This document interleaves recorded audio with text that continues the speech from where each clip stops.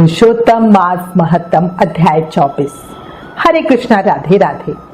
देखो, श्री कृष्ण की साक्षात कृपा आप पर है, तभी आप नियम से ये पुरुषोत्तम मास महत्तम सुन पा रहे हो। बस अब करना क्या है कि भक्ति को और बढ़ाना है, और भक्ति और पुण्य बढ़ाने का सबसे सरल रास्ता है ये पुरुषोत्तम मास का महीना। ये पवित्र महीना समापन की ओर बढ़ रहा है, इसलिए अभी भी प्रयत्न करके कुछ ना कुछ शुभ कर्म अवश्य ही कर लो। अगर आपने पुरुषोत्तम मास का व्रत नहीं किया तो अभी भी मौका है पूरे महीने के व्रत का पुण्य फल पाने का। कैसे? जल्दी ही पंचरात्रि व्रत शुरू होने वाला है। अधिक जानकारी के लिए हमारी परमा एकादशी व्रत की पूजा विधि वाली वीडियो देखना, उसमें पूरी जानकारी आपको मिल जाएगी। अब श्री गणेश जी महाराज और अपने गुरुदेव को याद करते हुए पुरुषोत्तम मास महत्तम का अध्याय 24 सुनते हैं। कैलाशी शिव सुत सुनो, करो भक्त कल्याण, सब जन द्वारे आ खड़े, आज बचा लो प्राण। बोलो गणेश जी महाराज की जय। गुरु अमृत है जगत में, बाकी सब विष बेल, सतगुरु संत अनंत है, प्रभु से करा दे मेल। बोलो गुरुदेव महाराज की जय। कल पुरुषोत्तम मास महत्तम के अध्याय 23 में महर्षि वाल्मीकि जी दीपदान के महत्व और राजा चित्रबाहु के पूर्व जन्म की कथा को सुना रहे थे। अब आगे उग्रदेव ब्राह्मण को अपने जीवन की कथा सुनाते हुए शिकारी मणिग्रीव बोला, हे द्विज, मैं विद्वानों से पूर्ण और सुंदर चमत्कारपुर नामक नगरी में अपनी धर्म पत्नी के साथ रहता था। मैं धनी, परोपकारी और पवित्र हृदय व्यक्ति था, परंतु आगे चलकर एक समय संयोग से मेरी बुद्धि भ्रष्ट हो गई और मैंने अपने धर्म का पालन करना छोड़ दिया। मैं पर स्त्रीगामी हो गया, मदिरा, मांस आदि का सेवन भी करने लगा, चोरी हिंसा में तत्पर रहता था। इसीलिए मेरे बंधुओं ने मेरा त्याग किया। उस समय महाबलवान राजा ने मेरा घर आदि सब मुझसे छीन लिया और जो संपत्ति बची थी वो सब बांधुओं ने ले ली। इस तरह सबसे तिरस्कृत होकर मैं इस वन में आ गया और यह निवास कर लिया। स्त्री के साथ इस घोर वन में निवास करते हुए मुझ दुरात्मा का नित्य जीवों का वध कर जीवन निर्वाह होता है। हे ब्राह्मण, इस समय मुझे पाप युक्त पर आप अनुग्रह करें। मेरे किसी पूर्व जन्म के पुण्य से ही आप इस वन में पधारे हैं। हे महामुनि, स्त्री के साथ मैं आपकी शरण में आया हूँ।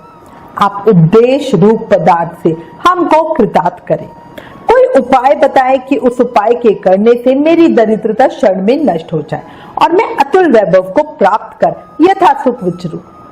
मणिग्रीव की दुखी वाणी को सुनकर ऋषि उग्रदेव जी कहने लगे, हे महाभाग, तुम कृतार्थ हुए।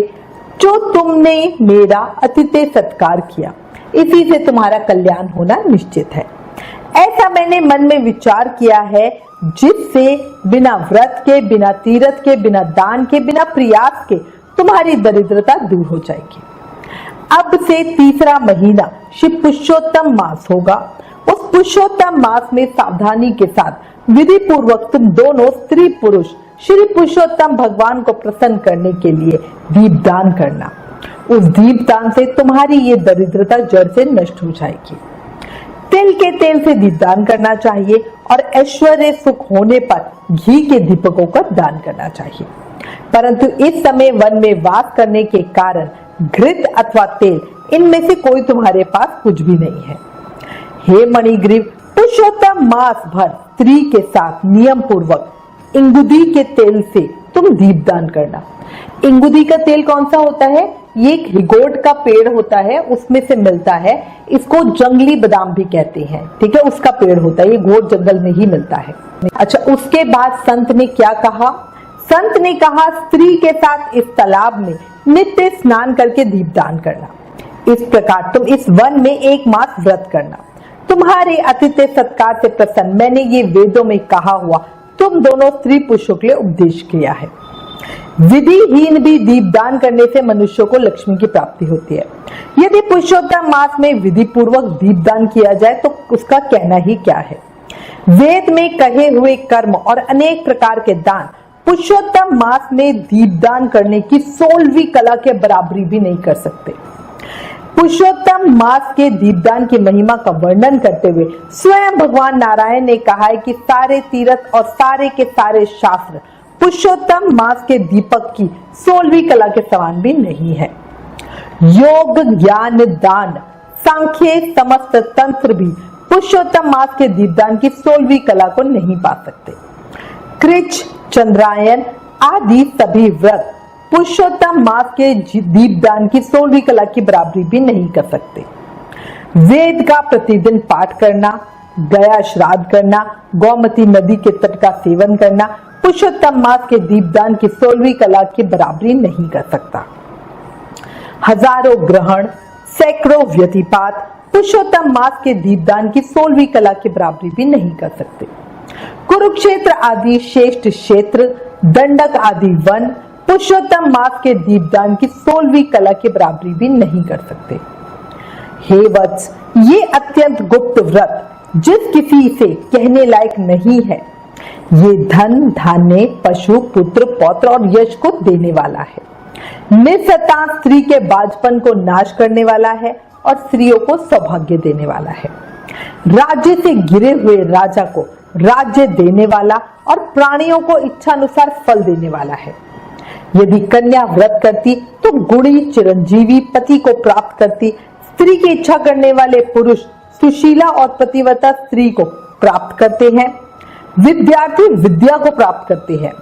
सिद्धि को चाहने वाले अच्छी तरह सिद्धि को प्राप्त करते हैं।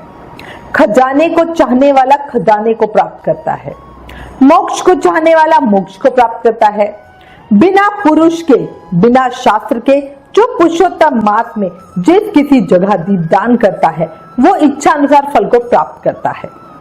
हे वत्स, विधि पूर्वक नियम से जो दीपदान करते हैं फिर उसका कहना ही क्या है। इसलिए पुरुषोत्तम मास में दीपदान करना ही चाहिए। मैंने ये तुम्हें दरिद्रता के नष्ट की युक्ति बतलाई है। हे वत्स, तुम्हारा कल्याण हो। तुम्हारी सेवा से मैं बहुत प्रसन्न हूँ। मैं अब प्रस्थान करना चाहता हूँ। श्री अगस्त्य मुनि बोले। इस प्रकार वो श्रेष्ठ ब्राह्मण मन से 2 भुजा वाले मुरली को धारण करने वाले श्री हरि भगवान का स्मरण करते हुए प्रयाग क्षेत्र को चले गए। वो दोनों अपने आश्रम से उग्रदेव जी के पीछे जाकर उनके पास कुछ मास पर्यंत वास करके प्रसन्न मन हो दोनों स्त्री पुरुष उग्रदेव जी को नमस्कार कर फिर वापस अपने घर को चले आए।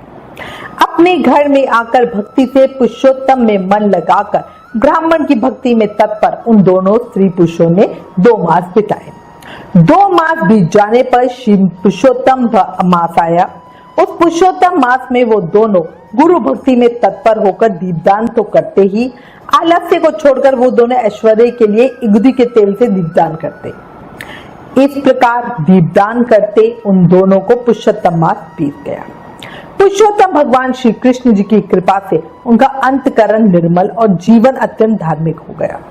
सभी प्रकार के सुख ऐश्वर्य भोगने के बाद समयानुसार पति पत्नी ये शरीर त्याग कर स्वर्ग में जा पहुंचे। वहां के सुखों का भोग करने के बाद उन्होंने भारत भूमि पर पुनः राज्य प्राप्त किया। तुम राजा वीरबाहु के पुत्र चित्रबाहु नाम से प्रसिद्ध नहीं मणिग्रीव हो। इस समय ये चंद्रकला नामक जो तुम्हारी स्त्री है वो पूर्व जन्म में सुंदरी नाम से तुम्हारी स्त्री थी। पतिव्रत धर्म से ये तुम्हारे अर्धांग की भांगनी है। जो स्त्री पतिव्रता होती है वो अपने पति के पुण्य का आधा भाग लेने वाली होती है। श्री पुरुषोत्तम मास में इंगुदी के तेल से दीपदान करने से तुमको ये निष्कंटक राज्य वापस मिलेगा। जो पुरुष श्री पुरुषोत्तम मास में घृत यानी देसी घी से अथवा तिल के तेल से अखंड दीपदान करते हैं तो फिर उनका कहना ही क्या है। पुरुषोत्तम मास में दीपदान का ये फल कहा गया है, इसमें कुछ भी संदेह नहीं है। जो उपवास आदि नियमों से श्री पुरुषोत्तम मास का सेवन करता है तो उसका कहना ही क्या है। वाल्मीकि मुनि बोले, इस प्रकार अगस्त्य मुनि राजा चित्रबाहु के पूर्व जन्म का वृतांत कहकर और राजा चित्रबाहु से किए गए सत्कार को लेकर तथा अक्षय आशीर्वाद देकर चले गए। पुरुषोत्तम मास महत्तम अध्याय 24 समाप्त। इस अध्याय में दीपदान का महत्व समझ में आ गया है।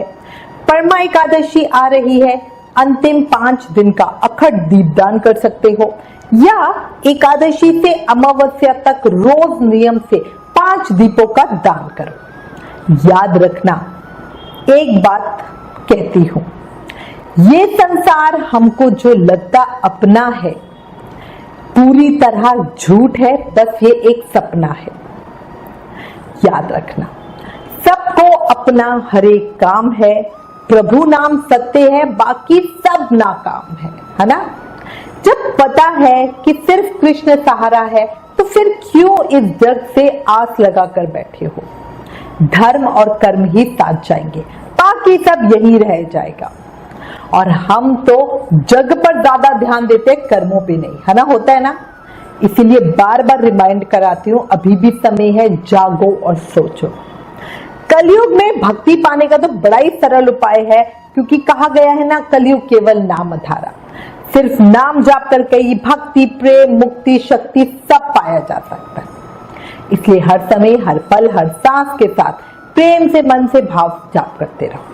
हरे कृष्ण कृष्ण कृष्ण हरे हरे, हरे Ram Ram Ram Hare Hare. Please in videos को ज्यादा से ज्यादा शेयर करके अपने शास्त्रों का ज्यादा प्रचार करो, ये भी एक सेवा है। Please like, share and subscribe. Thank you. Hare Krishna.